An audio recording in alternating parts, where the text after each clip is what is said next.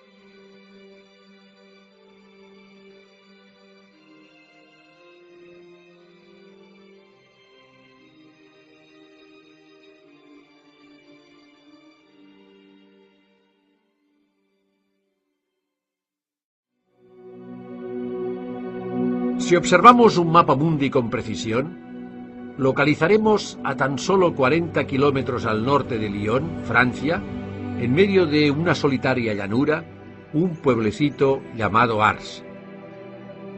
Antaño, sus gentes, labriegos, pastores y artesanos, gentes de bien, que aun habiendo recibido las enseñanzas evangélicas, transmitidas de generación en generación y asimiladas en sus corazones, éstas se vieron mermadas y profanadas por la Revolución Sangrienta de 1789, revolución que tantas almas seglares y sacerdotales costara a la Iglesia.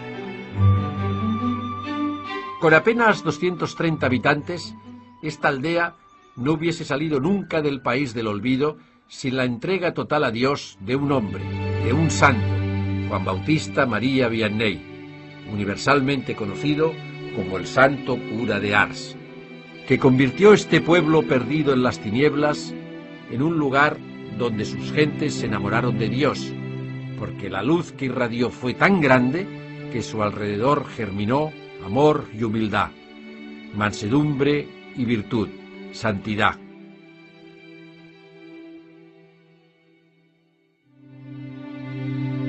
Juan María viene al mundo un 8 de mayo de 1786, en Dardilly, un pequeño rincón de la campiña francesa. Su feliz infancia, como de cristal transparente, y su juventud santa se desarrolló en el seno de una familia católica, campesina acomodada, muy piadosa. Tanto es así que se acostumbraba aquí a acoger a cuantos pobres llamaban a su puerta. La casa de los pobres la llamaron, porque en aquellos años eran muchos los desamparados que, huyendo de la cruel y sacrílega revolución, buscaban amparo en las buenas gentes. Uno de esos mendigos al que ayudarán fue San Benito José Labre, que, inspirado por Dios, predijo que un día un hijo de esta familia haría ilustre para siempre esta morada. Una noche pues llegaron a casa de los Vianney muchos mendigos, pues 15, 20, y la mujer le dijo a su marido, ¿no?, al padre de San Juan María Vianney, que no hay sopa para todos, que es que no hay cena suficiente. Y el padre le contestó, bueno, pues yo me quedaré sin cenar. ¿No? Es un ejemplo de cristiano ejemplar que generosamente sabe practicar las obras de misericordia, ¿no? Y en esas pequeñas cosas, pues Juan María Vianney fue aprendiendo de su padre esa generosidad. La madre del joven Vianney le inculcó un amor devotísimo a la Virgen Santísima. Él realmente aprendió viendo rezar a su Santa Madre. Era tanta su entrega a la Madre de Dios que no dejaba de rezar frente a ella, en casa, en el campo, durante el pastoreo, e imantaba su amor a quienes le rodeaba. Él tenía un rosario muy bonito que le habían regalado y con el cual él rezaba porque le gustaba bastante rezar. Y su hermanita lo vio y, cosa de niños, pues le gustó el rosario y empezaron con el rosario a pelearse. Entonces la mamá le dijo, mira, déjale, si tu hermana lo quiere, déjale el rosario. Ese desprendimiento de un rosario, de algo que para él tenía mucho sentimiento, y claro, el apego de un niño, pues hizo el esfuerzo y se lo dio a su hermanita. Le costó un verdadero esfuerzo, un verdadero vencimiento. La mamá, en premio, entonces le regaló una imagen de la Virgen y eso le ayudaba. Lo llevaba en el bolsillo y cuando tenía sus problemas sacaba a la Virgen, le rezaba y con eso él se iba fortaleciendo cada día. Oh, cuánto quería yo aquella imagen. No habría dormido tranquilo si no la hubiera tenido a mi lado. La Santísima Virgen ha sido siempre mi mayor afecto.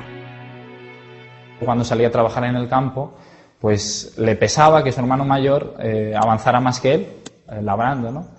Y él un día decidió, voy a poner la Virgen al final del campo y me voy a fijar los ojos en ella. Entonces avanzaba y teniendo a la Virgen presente, pues el amor a la Virgen le impulsaba a trabajar y pues con muchos menos años que su hermano, pues llegó a hacer el mismo trabajo que él, ¿no? Ya desde muy jovencito, Juan María mostraba gran afición por las ceremonias sagradas. Con ojos desorbitados miraba al sacerdote, sus gestos sagrados, la dignidad de sus ornamentos, el amor con que consagraba el cuerpo de Jesucristo. Todo le cautiva. Su sensibilidad a lo espiritual era tal que sentía la presencia real de Jesús en la Eucaristía, hasta volverlo loco de amor. Sus palabras dejan constancia de este su verdadero amor. Si no tuviera suficiente fe, vería a Dios escondido en el sacerdote como una luz tras su pantalla, como un vino mezclado con el agua. Al comulgar, siento algo extraordinario. Es un gozo, una suavidad, un bienestar que me corre por todo el cuerpo y me conmueve. No podemos menos que decir con San Juan, es el Señor. Jesús está ahí. Él está ahí.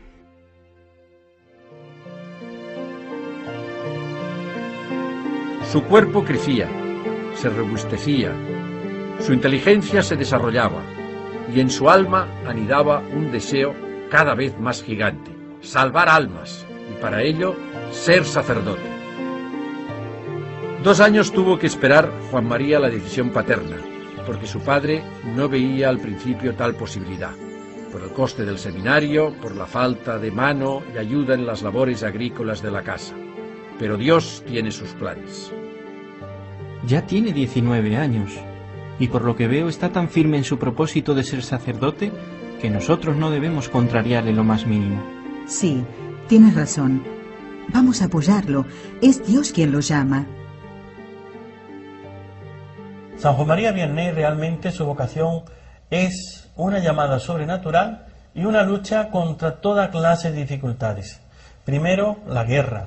Después, no hay seminarios formados y tiene que formarse como clandestinamente en la casa de un sacerdote, Padre Valey, donde el padre ve que es un hombre santo, un joven santo, y se compromete a ayudarle a sacar adelante sus estudios. Tengamos en cuenta que él viene a nacer en una época marcada por la Revolución Francesa. Esto significa una persecución a la Iglesia absoluta. Esa persecución religiosa trajo como una sequedad en la vida espiritual. Se perseguían los verdaderos sacerdotes, los que no juramentaban, es decir, los que no apostataban de la fe, de la unión con el Papa, tenían que esconderse. Su familia incluso iban a escondidas, largos viajes para poder llegar a un lugar donde hubiese un sacerdote que celebrase la misa y que no fuese un sacerdote juramentado. Fueron estos justamente, la clandestinidad de estos, la heroica y martirial clandestinidad de estos, la que también fue marcando la infancia del santo cura de Ars y lo fue poco a poco orientando hacia el Señor. En el seminario pronto le salen al encuentro las primeras dificultades. La gramática latina le resulta muy áspera. La mayoría de sus compañeros son más jóvenes que él y tienen más facilidad. Él nota su memoria pesada, no retiene las lecciones en latín. Pidió ser admitido en el seminario. Los superiores veían que era inútil para los estudios. no le quedaban las frases en latín en la mente. Incluso el francés tampoco lo dominaba mucho y cometía faltas de ortografía. Pero eso lo fue ir superando. Le probaron porque le veían bueno y le veían devoto de la Virgen. Fui a probarlo. Que otro no hubiera pasado. Pero su santidad y su bondad pasó por encima de todo. Así fueron los adelantos de Juan María en los primeros meses de estudio, lentos y pesados, prácticamente nulos. Pero el joven se aplicaba con admirable tenacidad, hasta que, debilitado por los ayunos rigurosos que él mismo se impone y un agudo sentimiento de incapacidad, llega a desmoronarse anímicamente. Padre, lo he intentado, pero veo que yo no valgo para esto. Quiero volverme a casa. ¿A dónde vas, hijo mío? Si vuelves a casa y tu padre te ve triste, no te dejará volver. Entonces adiós a tus planes, adiós al sacerdocio, adiós a las almas. Los superiores no sabían si le ordenarían o no, pero a base de esfuerzos y de la devoción que sentía a la Virgen, le animó a ir perseverando. No hay que negar de manera ninguna que no estaba muy dotado para los estudios. Esto parece que es evidente. Pero como seminarista era enormemente cumplidor de su deber, era un hombre enormemente disciplinado y era, como naturalmente él lo fue siempre en su vida, era profundamente piadoso. Era un hombre profundamente piadoso. Es decir, los santos no se improvisan. El santo cura de Ars no fue santo solo por el ministerio en Ars, sino fue santo porque el Señor lo fue acompañando con su gracia y él fue un instrumento dócil a la gracia de Dios. A la edad de 29 años, después de tantas incertidumbres, fracasos y lágrimas, Juan María Vianney ve abrirse para él las puertas del sacerdocio. Sacerdo sin eterno. El día de su ordenación, el 13 de agosto de 1815, se graba en su alma como algo muy especial para él. Oh, gracias Jesús, gracias María. Ser sacerdote es algo muy grande. No se sabrá lo que es sino en el cielo. Si lo entendiéramos en la tierra, moriría uno no de espanto, sino de amor. El sacramento del orden eleva al hombre casi hasta Dios. Sin el sacerdote, la muerte y la pasión de nuestro Señor no servirían de nada. ¿De qué nos serviría una casa llena de oro si no hubiera nadie que nos abriera la puerta? El sacerdote tiene la llave de los tesoros del cielo. Él continúa la obra de la redención sobre la tierra. Es un hombre revestido de los poderes del mismo Dios, que ocupa el lugar del mismo Dios. Sobre todo, cuando perdona los pecados, no dice, Dios te perdone, sino, yo te absuelvo. Y en la consagración no dice, este es el cuerpo de Dios, sino, este es mi cuerpo, esta es mi sangre. El sacerdote es el amor del corazón de Jesús. Su primer destino es el cercano pueblo de Équilí, donde se gana enseguida el afecto de sus feligreses. Aquí es nombrado vicario y ya tiene fama de santo. E incluso se dice que compite en santidad con el padre Balí, con el que entabla una entrañable amistad. De alguna manera fue su maestro espiritual, su maestro, el maestro de su vida interior, pero también fue su gran valedor para que el santo cura de Ars, como todos sabemos, pues pudiera llegar a ser sacerdote, junto con el vicario general, que era amigo justamente de este gran sacerdote que le acompañó. De todos es conocido los ayunos que hace, las penitencias que emplea y las largas colas de penitentes que se aproximan a su confesionario. Siempre estaba la presencia de Dios. No se daba importancia y sabía que todo era un don de Dios. Dicen que es santo. Es increíble este nuevo cura, yo no lo puedo creer. Me tiene realmente cautivada con su piedad. Oye, pero ¿has visto tú la expresión de amor que tiene en su cara, su ternura? Y esa expresión de amor cuando contempla el Santísimo Sacramento. Su manera de dirigirse a nosotros. Pues sí, tienes razón. A mí realmente me sorprendió porque me ha mandado a rezar el rosario, que yo antes ni lo hacía. Pero lo hace con tanto amor, que uno le obedece. Después de la muerte del padre Valley, será cuando el vicario general de la diócesis le envía a una aldea de unas 230 almas de nombre casi desconocido, Ars. ¿Cómo fue aquella entrañable llegada de nuestro santo a su nueva parroquia?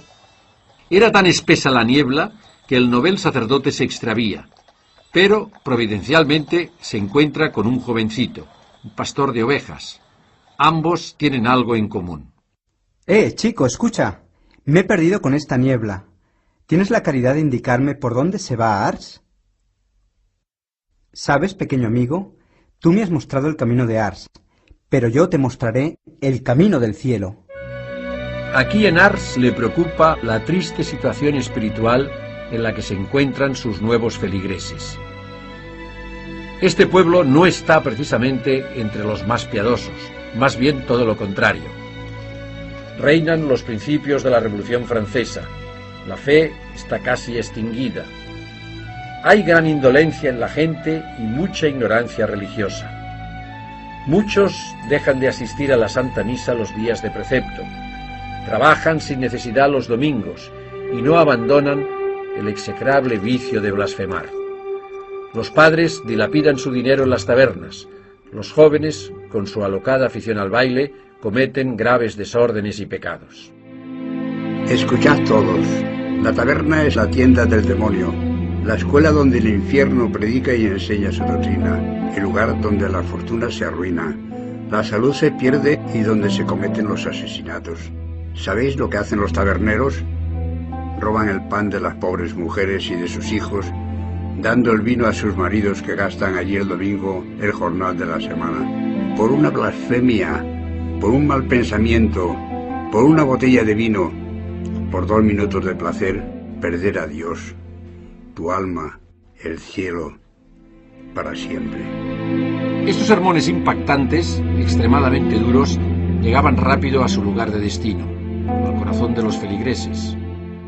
Hablaba mucho a los padres respecto de sus hijos, la obligación tan grave que tenían de educar y de ayudar a esos hijos a que se salven. Decían, en el cielo lo veréis, que algunos se condenarán por no haber hecho lo suficiente por sus hijos. Yo le digo que cuando yo era joven y tenía modelos sacerdotales, estaba en el seminario, y los modelos sacerdotales eran sacerdotes de mi tierra, de mi diócesis, de Mérida, Badajoz, pues estos sacerdotes hacían lo mismo que el cura de Ars. El cura de mi pueblo hacía lo mismo que el santo cura de Ars.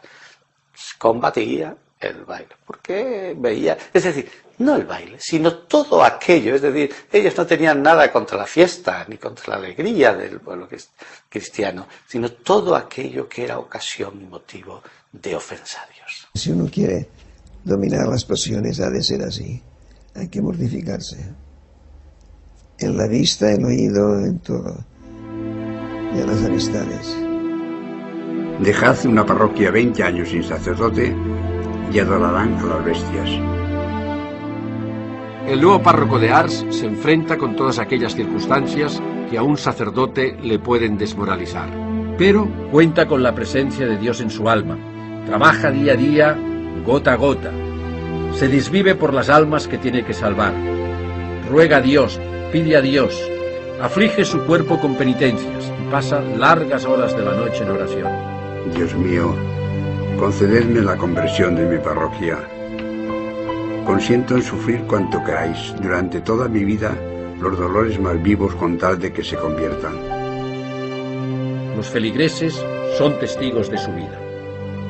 En cuanto llegó, consideró la iglesia como su casa. Entraba a la iglesia antes de la aurora y no salía hasta después del ángelus de la tarde. Si alguno tenía necesidad de él, allí lo podrían encontrar. Sencillo, pobre y humilde, sonriente y servicial.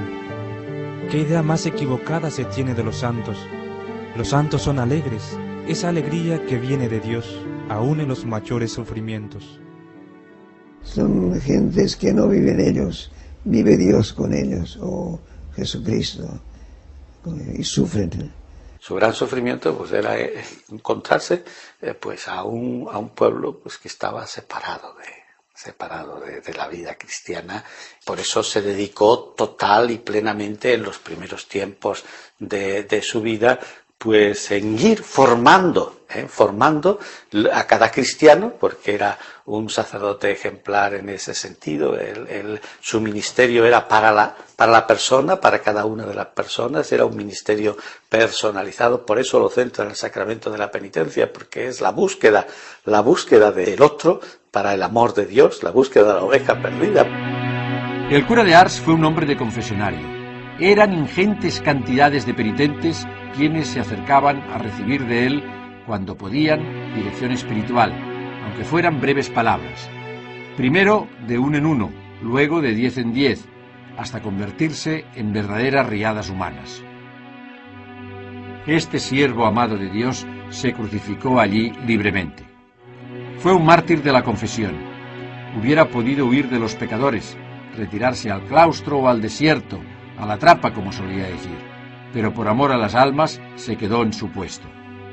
Es aquí, entre aquellas tablas, en este taúd anticipado, donde más tuvo que sufrir el cura de Ars, donde en verano el confesionario parecía una estufa y en invierno una auténtica nevera. 16 horas la confesión, era un santo. Cuando uno iba a confesarse y veía que el sacerdote le ayudaba, te has descuidado de este pecado, veía la conciencia. El amor de Dios se le salía, tocaba el corazón de los demás y, poseído de Dios, aquellas palabras entraban. Mucha retórica, mucha poesía, pero no hay espíritu, no logra, no rompe los corazones endurecidos. Sabéis que se dice que el cura de Ars ponía penitencias muy suaves, porque el que hacía las penitencias por los penitentes era él. Él rezaba por ellos, él se sacrificaba por ellos. El santo cura de Ars fue un auténtico prisionero del confesionario, y todo por amor a las almas. Poseía un don particular para convertir a los pecadores más empedernidos. El buen Dios lo sabe todo. Antes incluso de que se lo confeséis, sabe ya que pecaréis nuevamente, y sin embargo os perdona. Qué grande es el amor de nuestro Dios, que le lleva incluso a olvidar voluntariamente el futuro, con tal de perdonarnos. A quien en cambio se acusa de manera fría y casi indolente, le muestra con sus propias lágrimas la evidencia seria y dolorosa de lo abominable de su actitud. Hasta que no queme usted todos sus malos libros, no le puedo dar la solución. El santo cura de Ars para los sacerdotes también es un modelo, ya que no podemos, al que no está arrepentido y al que no hace un propósito suficiente de cambio, darle la absolución de los pecados. Pues él decía que se condenarían los sacerdotes que absolvían a aquellos que no estaban, que no quitaban las ocasiones y que no estaban arrepentidos. Llegó que todo el mundo estaba en la capilla, que se terminaron los bailes de las tabernas. Ahora vuelve a estar igual, Todos nos podemos preguntar, ¿dónde estaba escondido el tesoro de su fe? ¿Dónde lo podemos aprender? ¿Dónde pedirla? ¿Cómo llegó el santo cura de Ars a convertir todo un pueblo? Yo me hago otra pregunta. ¿Cómo llegó el Espíritu Santo a convertir todo un pueblo? Pues el Espíritu Santo llegó a convertir todo un pueblo porque tuvo un instrumento muy apto, muy dócil, que vivió para transmitir el amor de Dios, Odiaba el pecado, pero se compadecía inmensamente de los pobres pecadores. Sin embargo, se mostraba inflexible cuando el pecador no quiere salir del estado de condenación. Solía decir: qué desgraciados son los pecadores al no conocer al buen Dios. Cuando no tenéis el amor de Dios en vosotros, sois muy pobres. Sois como un árbol sin flores y sin frutos. Hay que rezar siempre, sin desfallecer, como enseñan las Sagradas Escrituras. El alma que reza poco Es como esas aves de corral que aunque tienen grandes alas no saben volar. El hombre no es solo un animal de trabajo, también es un espíritu creado a imagen de Dios. Y no vive solo de pan, vive de oración, vive de fe, de adoración y de amor. No se puede ser sacerdote si no se es un hombre de fe. El santo cura de Ars sabía que él tenía que pasar por el sagrario todo aquello, a todas aquellas personas, con sus dramas interiores, con sus problemas interiores, con sus dificultades para crecer en la fe, con sus dificultades para la conversión. Él los tenía que pasar por el sagrario. San Juan Bautista María Vianney fue un santo nacido en la escuela de Jesús de Nazaret, un alma víctima a imitación de Cristo por los pecados de los hombres. Como sacerdote, como hombre elegido por Dios para la salvación de las almas, sabía que el tiempo era un regalo de Dios, para aprovecharlo en obras buenas, santas, tiempo para ganarse el cielo. Uno de sus primeros trabajos de apostolado, para evangelizar a los escasos fieles de la parroquia, fue la catequesis, fiel apostolado que desarrollará toda su vida. Visita sistemáticamente a los enfermos y a las familias, organiza misiones populares y fiestas patronales, recoge y administra dinero para sus obras de caridad y para las misiones, adorna la iglesia y dota de ornamentos, se interesa por la educación de los niños, funda hermandades y llama a los laicos a colaborar con él. En esa catequesis que él puso, primero para los niños, después ya empezó a hacerla también para los adultos, en esa guerra o en esa lucha contra la ignorancia, les obligaba a que se formasen, ya con la lectura de vida de santos, ya viniendo a la catequesis que él daba, que por cierto, todo el tiempo que él estuvo en la parroquia, él se encargaba de dar la catequesis. El santo cura de Ars, ya sabemos que fue un sacerdote que ejerció el ministerio hasta la total extenuación. Fue una entrega total en favor de los demás, en todos los rasgos, en todas las facetas, en todos los matices que tiene el ministerio sacerdotal, porque hoy destacamos algo que es esencial en su ministerio, que es, por ejemplo, el sacramento de la penitencia. Pero no olvidemos que luego él, primero, tenía unas relaciones humanas pastorales extraordinarias. Era un hombre que visitaba los hogares, que mantenía una extraordinaria relación y cercanía con todos. Era un hombre que se preocupaba por la promoción humana. Recordemos la providencia, por ejemplo. Recordemos la providencia. ¿Qué es la providencia? La providencia es la promoción humana y de la mujer, en un momento en el que no había nada. También de los chicos se preocupó de la educación, buscó profesores, congregación religiosa que fueran profesores para los chicos, para esa promoción humana. Se santificó en el ejercicio de Cristo. Fue así como poco a poco los habitantes, y especialmente los muchachos, semilla futura de santidad y renovación, aunque remisos al principio, iban adquiriendo en sus almas la savia santa de sus palabras y ejemplo de vida. Se confesaban y aprendían a amar la pureza de costumbres. Era un cura que no toleraba que nadie entrara en la iglesia indecentemente vestido. Como solía decir, un cuerpo casto, un alma pura. No hay nada más hermoso. Ars logró que todos fueran a la iglesia. Él estaba dispuesto a todo, pero quisieron también quitarle, porque estorbaba a los párrocos vecinos. Vi que mucha gente iba a Ars y no iba a sus pueblos. Él, sin moverse de Ars, hacía su apostolado. Era un santo, carácter especial, prescindía de los demás, se fijaba en el Evangelio y predicaba el Evangelio. El cambio de las costumbres en Ars fue total, ejemplar. Es increíble el cambio que ha dado este pueblo. Pero fijaros que en la iglesia antes no había nadie y desde que él ha llegado somos todos más piadosos. Así es, tienes toda la razón. ¡Qué cura más bueno nos ha tocado, eh! Ya lo creo, no hay más que verlo rezar. En su pastoral es hoy realmente lo que tenemos que hacer. No hay otra pastoral. A veces en estos consejos pastorales de la parroquia diocesanos y demás, hacemos planes y se nos olvida que las almas se convierten como lo hizo San Juan María Vianney. Este plan pastoral, por decirlo de alguna manera, la lucha contra el vicio, la formación en la virtud, la formación cristiana y el amor, él tenía esos dos grandes pilares, la Eucaristía y la Santísima Virgen, juntamente con la Iglesia. La Eucaristía y la Virgen eran para él realmente su campo de batalla y cómo hizo a las almas llegar a gran santidad. Era un santo austero, muy duro, muy duro. La comida muy dura. En la habitación un colchón de hojas de maíz y pobre. Fue austero absolutamente toda su vida, fue recio, profundamente recio. Es decir, si algo caracteriza al santo cura de Ars es justamente su reciedumbre. Su fama de hombre de Dios, de santo, se extiende por todo el orbe. Es así que acuden al pueblo los primeros peregrinos de otros lugares para confesarse con él y encontrar la paz del alma.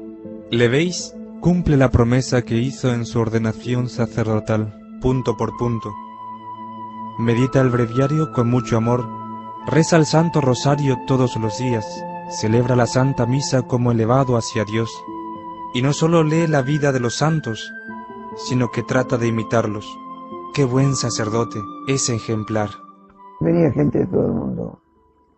Incluso la Renfe de allí hizo de manera que las vías del tren pasaran por cerca de Ars. La parroquia de Ars fue como un gran hospital de almas. Él era el gran médico, el gran maestro, el gran director, y venían de todas partes, de Francia y del extranjero, a buscarle para confesarse, puesto que sabían que él era un santo, y en él buscaban para el alivio, el consejo, el consuelo y también la orientación. El cura de Ars consiguió cambiar el corazón y la vida de muchas personas, porque fue capaz de hacerles sentir el amor misericordioso del Señor. Cuando predicaba y hablaba del inmenso amor de nuestro Señor Jesucristo, del tremendo amor que nos tiene, se le partía el corazón y no podía seguir hablando. Decía que el modo más sencillo de encender la llama en el feligrés es hablarle del Evangelio. Ya con sus palabras, sus sermones, era predicar lo que el Señor enseñaba, pero es que además con su vida él vivía el Evangelio. Tanto es así que nunca podía dirigirse al Santísimo Sacramento sin decir Jesús está ahí y derramar lágrimas de amor, de devoción, de ternura. Y la gente le veían que cuando él hablaba con la Eucaristía, que cuando él hablaba a Jesús en la Eucaristía, lo hacía pues no como el que cree que está, sino como el que ve. Recordemos aquel ejemplo de confianza en Dios, donde Catalina Lassagne, su entrañable colaboradora en la Providencia, se quejaba al párroco Vianney porque el granero era escaso. Padre, la cosecha ha sido muy mala.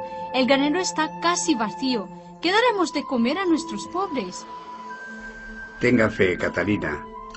Ya verá. He pedido a las huérfanas que recen. El buen Dios no nos fallará. Yo he colocado en el granero una reliquia de San Francisco de Regis. Vaya a traer el trigo que nos queda, y no tema. No es posible, Dios mío. El granero está más lleno que nunca. No cabe nada más. Fe. Fe. Fe. Resulta que Notre Dame de París cada año hacen una novena a la Virgen de Notre Dame. Y siempre escogen el predicador más importante del año de la fama. Cuando le tocó a Le Cordaire, entonces, antes de empezar su novena, se fue a Ars para escuchar al padre Vianney. Los mejores predicadores iban a escucharle. Al que era un aprobado medio. Su fama de santidad crecía de día en día, pasaba las fronteras, porque hacía mucho bien a las almas. Pero al sentirse desbancado, el diablo desata una oleada de calumnias y persecuciones contra el cura de Ars. Pero este las abraza con alegría, a imitación de los santos, a imitación de nuestro Salvador. Para la manera de hablar de los curas de allí, era un hueso, difícil de roer. Vianney, comedor de patatas. Campesino ignorante, ¿todavía no estás muerto? Ya te agarraré.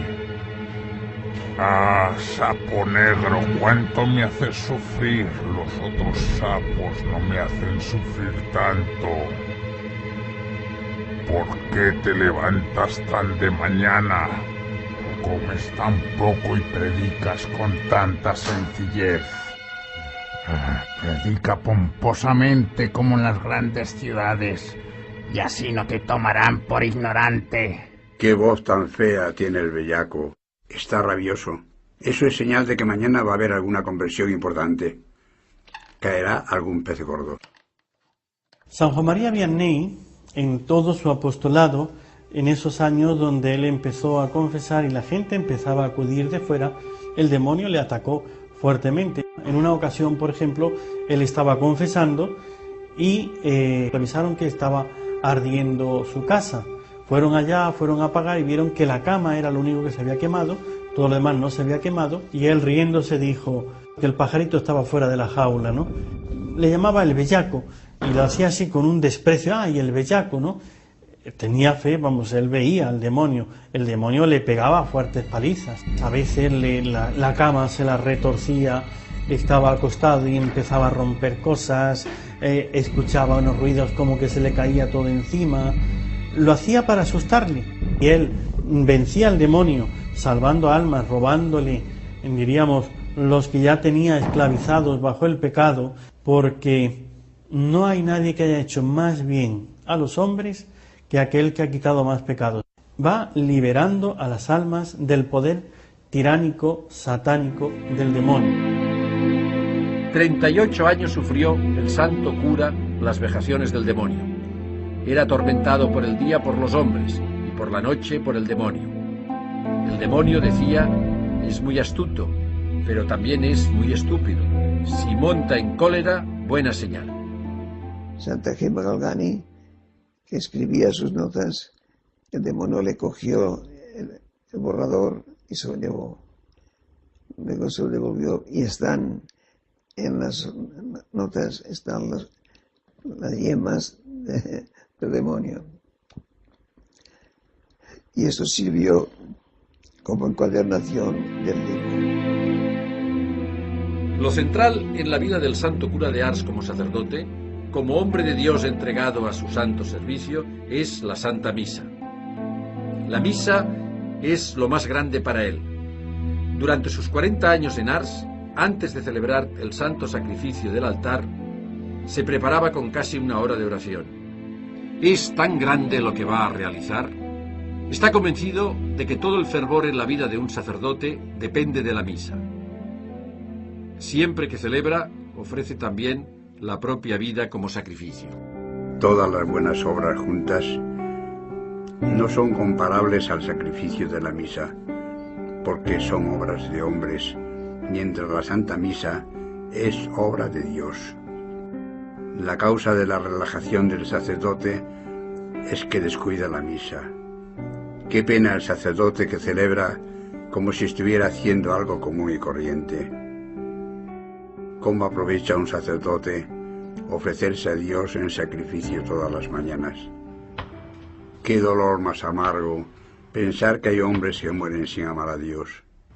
Dios mío, no permitáis que el pecador perezca. Su vida sacerdotal fue una santa misa, un sacrificio ofrecido al Padre por amor a su vocación, a las almas por amor a Dios. Veían en él a Dios. Hubo hasta alguno de esos peregrinos que llegaron hasta Ars, que cuando lo vieron después comentaban entusiasmados: he visto a Dios en el cura de Ars. El párroco Vianney logró que los vecinos de Ars tuvieran vida interior. luz de Dios en sus almas, que sus almas vivieran la santidad. Amigo de los santos, no dejaba de recomendar a sus feligreses la lectura meditada de la vida de los santos o la imitación de Cristo. Él era muy devoto de San Juan Bautista y de Santa Filomena. Fue un crucificado verdaderamente, muerto al mundo y a sus pompas, un alter Christus, un humilde servidor de Dios en quien arraigaron las virtudes santas y heroicas de la perfección cristiana, dándose a los demás hasta la extenuación. Mostró al mundo el camino, la verdad y la vida. No hay vida sin cruz, solía decir. La cruz es la llave que nos abre la puerta del cielo. La cruz es la lámpara que ilumina el cielo y la tierra. No lo podemos ver. La cruz en la vida del sacerdote es una realidad. Nuestra vida está crucificada en Cristo. Por eso, como es natural, no hay sacerdote sin cruz. No. Todo seguidor de Cristo, su vida está crucificada en Cristo. Amó la cruz porque amó a Dios, y amando a Dios se entregó a los hombres para la salvación de sus almas, y esto hasta el final de sus días.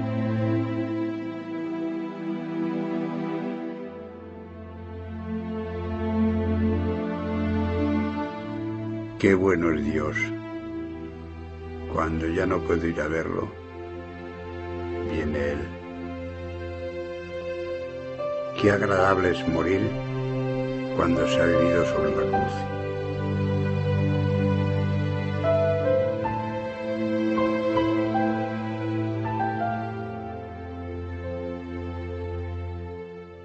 Yo santamente, como había vivido. Incomprensiones por unos, maravillas para otros. La Iglesia le conoció que fue un gran sacerdote. No exageremos al cura de Ars confesor sobre el cura de Ars pastor, sobre el cura de Ars educador, sobre el cura de Ars preocupado por los problemas y necesidades humanos de su gente. Es sacerdote integral, santo integral, pero fundamentalmente sacerdote integral. Y así, por eso yo destaco lo que es la Iglesia, sacerdote, sacerdote, sacerdote, sacerdote.